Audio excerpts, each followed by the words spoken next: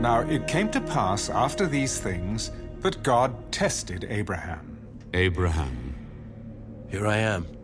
take now your son, your only son Isaac, whom you love, and go to the land of Moriah, and offer him there as a burnt offering on one of the mountains of which I shall tell you.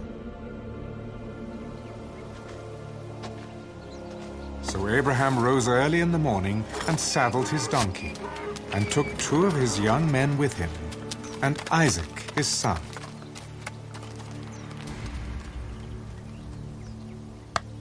And he split the wood for the burnt offering, and arose, and went to the place of which God had told him.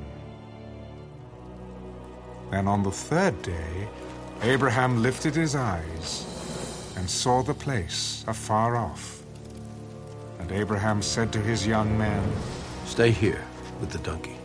The lad and I will go yonder and worship, and we will come back to you. So Abraham took the wood of the burnt offering and laid it on Isaac his son. And he took the fire in his hand and a knife, and the 2 of them went together. But Isaac spoke to Abraham his father. My father, Here I am, my son. look, the fire and the wood. But where is the lamb for a burnt offering? My son. God will provide for himself the lamb for a burnt offering. So the 2 of them went together. Then they came to the place of which God had told him. And Abraham built an altar there, and placed the wood in order. And he bound Isaac his son, and laid him on the altar, upon the wood. And Abraham stretched out his hand, and took the knife to slay his son. But the angel of the Lord called to him from heaven. Abraham! Abraham! Here I am. Do not lay your hand on the lad, or do anything to him. For now I know that you fear God, since you have not withheld your son, your only son, from me. Then Abraham lifted his eyes and looked, and there behind him was a ram caught in a thicket by its horns.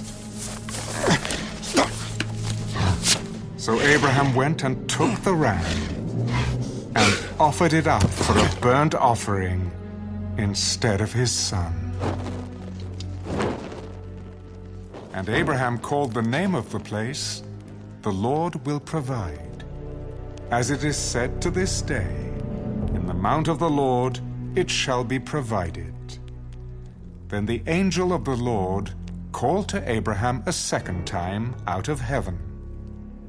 By myself I have sworn, says the Lord, because you have done this thing, and have not withheld your son, your only son.